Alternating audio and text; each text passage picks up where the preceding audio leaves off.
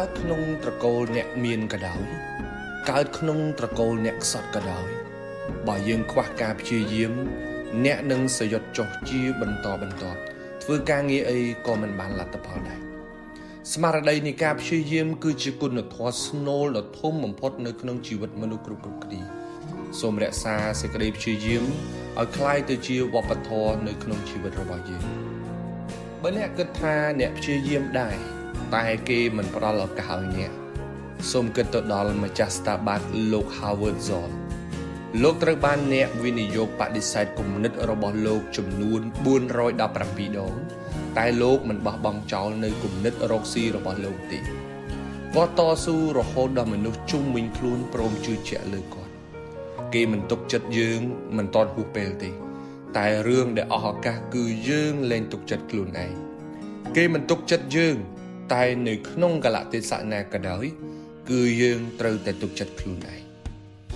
បើអ្នកគិតថាខ្ញុំព្យាយាមច្រើនដងដែរតែមិនបានលទ្ធផលសូមនឹកគិតទៅដល់ YouTuber ដ៏ល្បីឈ្មោះម្នាក់គឺ Mr. Beast គាត់ព្យាយាមធ្វើវីដេអូរយៈពេល5ឆ្នាំពេញផលិតវីដេអូជាង100វីដេអូរហូតដល់មានអ្នកទទួលស្គាល់គាត់ព្យាយាមរាប់រយដងរហូតទទួលបានការទទួលស្គាល់ពីមនុស្សជុំវិញខ្លួន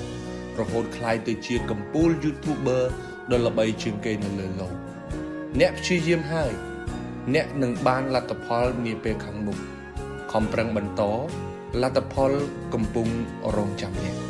បើអ្នកគិតថាអស់សង្ឃឹមនឹងព្យាយាមបន្តគិតថាអស់ពេលនឹងព្យាយាមបន្តទៀតសូមនឹកឃើញទៅដល់ស្ថាបនិកមាន់បំពង KFC Colonel Sanders គាត់ត្រូវបានគេបដិសេធគំនិតរបស់គាត់1009ដងហើយគាត់មិនចោះចាញ់នៅតែចិញ្ចឹមចិត្តចាប់ផ្ដើមនៅគំនិតមួយដែលគាត់គិតថាត្រឹមត្រូវគេបដិសេធគាត់ស្ទើរតែកន្លះជីវិតទៅហើយ